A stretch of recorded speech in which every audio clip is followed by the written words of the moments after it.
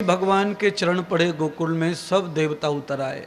एक अच्छा पैर पड़ जाए गांव में, उस गांव में चारों ओर से देवताओं का आगमन हो जाता है, उस गांव में बाहर आ जाती है। एक तपस्वी, एक महात्मा, एक विद्वान, एक आचार्य, एक पॉजिटिव व्यक्ति, अच्छे विचार वाला व्यक्ति जहां भी पहुंचता है वहां का पूरा माहौल रंगीन हो जाता है। हवामान, वायुमान सब बदल जाते हैं। एक दुर्जन व्यक्ति को आने दो, पूरे मोहल्ला का माहौल खराब हो जाता है। कोई पिवक्कड़ आ जाए, आपके मोहल्ले में चलता है, सब जानते हैं। किसी किसी आदमी से पूरी कॉलोनी परेशान रहती है और किसी व्यक्ति के लिए पूरी कॉलोनी इंतजार करती है। तो जिनसे परेशान रहती है दुनिया, उनके जैसे हम ना बने। जिनके लिए सब लोग तरसते हैं, उनके जैसे हम सब बने, यही मेरी भावना है। जिनकी जरूरत ही नहीं है संसार में, ऐसा बन के कोई फायदा नहीं है।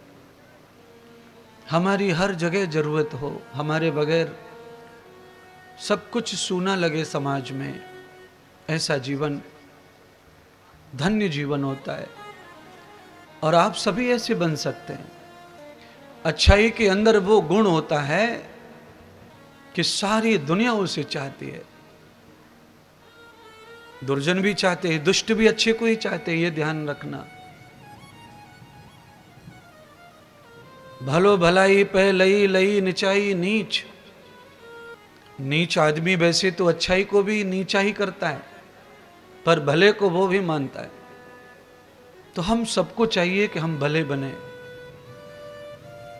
नंद यशोदा पूरे गोकुल में भले इंसान थे, इसलिए उन्हें बुढ़ापे में संतान मिली, वो भी भगवान अवतारी पुरुष। संतोष धैर्य से जीवन जिया और गांव के लोगों की सेवा, गौशाला की सेवा करते रहे। अंतिम बुढ़ापे में भगवान आ गए, उनके घर पुत्र बनकर उनका बुढ़ापा सुधार दिया। पांडाल में जितने नर नारी बैठे हैं, इनका बुढ़ापा ही खतरे में है, बाकी जवानी भवानी तो बिता ली अपन ने अपने बल पर। अब हमें परिवार की, समाज की जरूरत बुढ़ापे में पड़ती है। बुढ़ापे में लोग मुख मोड़ लेते हैं। नारी की तो बहुत ख्वारी होती है बुढ़ापे में। पुरुष को तो रोटी मिल भी सकती है, पर माताओं का बुढ़ापा बहुत खराब होता है। स्त्री की जवानी का ही सौदा संसार में है। इसलिए भारत में जितने वृद्धाश्रम हैं, सब में अगर 5 बूढ़े लोग हैं तो उसमें 75 माताएं हैं बूढ़ी।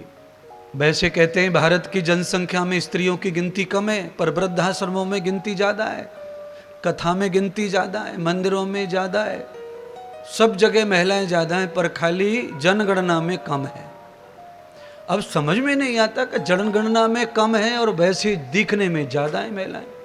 पंडाल में खड़े होके देखो, समझ जाएंगे आपको। इतना फर्क है पुरुष स्त्री में, धार्मिकता में। 75% हिस्से में माताएं बैठी हैं पंडाल में और 20% में पुरुष बैठे हैं। इसका गणित लगा लो, पूरे परतवाड़ा में यही गणित है। जो माताएं आई हैं, इनके पति और आ जाते तो ऐसे 2 पंडाल लगाने पड़ते तब आते। पर पुरुषों में भक्ति प्रधानता कम पाई जाती है, स्त्रियों को भक्ति प्रधान माना गया है। स्त्री चाहे चल चरित्र से खराब हो, पर फिर भी भगवान को मानने वाली होती हैं। वो चरित्र गया है, चंचलता है चरित्र में, पर भगवान के प्रति खूब प्रेम होता है। और तुम्हारी वजह से ही परिवारों को सुख मिलता है, कृपा मिलती है ठाकुर जी की। औरतों की वजह से, महिलाओं की वजह से घर में हंसी खुशी होती है। जिस घर में महिलाएं नहीं हैं, कोई पुरुष है, वो घर भूत खाना लगता है। उस घर में रहना, एक दिन बिताना बड़ा मुश्किल हो जाता है, क्योंकि महिला के अंदर ऐश्वर्य की पावर है, महिला के अंदर आकर्षण की पावर है, जो लक्ष्मी ने दी है, सरस्वती ने दी है। आप उनका रूप हैं। इसलिए जितने भी धार्मिकता है वो सब महिलाओं से जीवित है। अगर पुरुषों के ऊपर ये डिपेंड हो जाए तो पांडाल सूने पड़े रहेंगे, मंदिर सूने पड़ जाएंगे, पूजा पाठ सूने हो जाएंगे, व्रत उपवास तिथियां महिलाओं की वजह से भरी हुई हैं, नहीं तो ये तिथि सब रिक्त हो जाएंगी, सब खाली पड़ी रहेंगी। कोई गुरुवार नहीं पकड़ेगा, कोई एकादशी नहीं पकड़ेगा, बड़ा मुश्किल हो जाएगा। इसलिए नंद घर आनंद भय, जय हो कन्हैया लाल की। लंबा समय लगा नंद यशोदा के पुण्य को उदय होने में, पर हो गया। जैसे ही पुण्य उदय हुआ, गौ सेवा उदय हुई, स्वयं गोपाल पधार गए।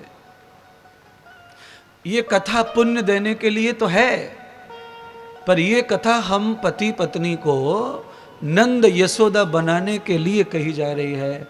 औरतें यशोदा बन जाएं, पुरुष नंद बन जाए, हम दोनों मिलकर के पड़ोसी अड़ोसियों को यश दें और आनंद दें, तो हमारे घर आनंद आएगा, यश आएगा, सफलता आएंगी।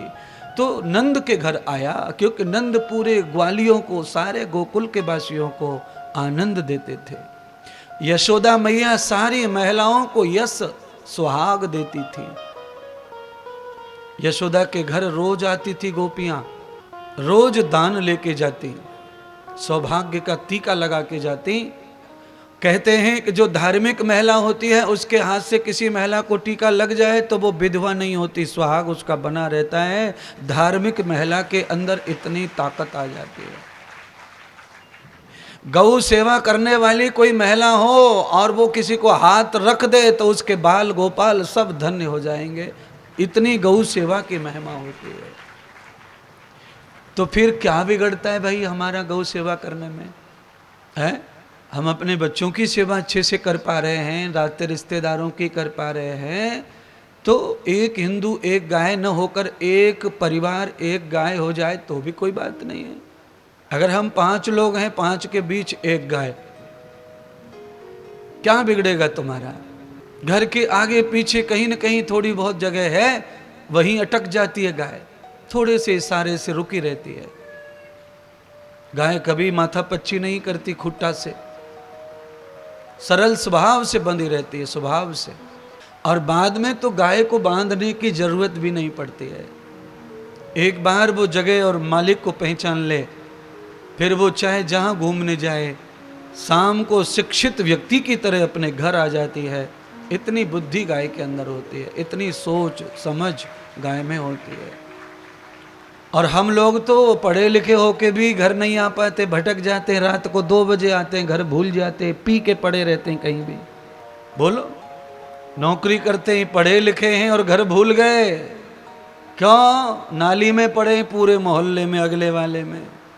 गाय ऐसा नहीं करेगी कभी। गाय हमेशा सज्जनता के साथ में जीवन का निर्वाह करती है।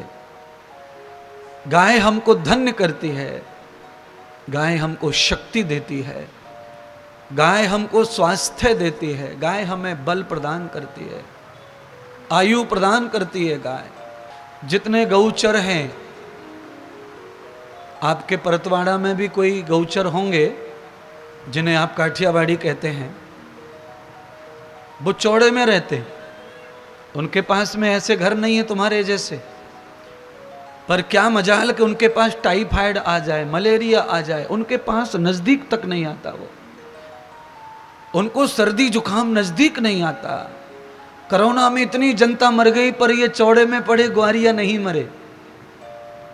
बंगलों में सजे हुए कमरों में, बेडरूमों में पैक हो गए, इतने सैनिटाइजर छिड़क लिए, वो मर गए। और जो गाय के संग में सोते खाते नहाते, वो किसी को कोरोना नहीं आया। गाय का बड़ा प्रभाव होता है।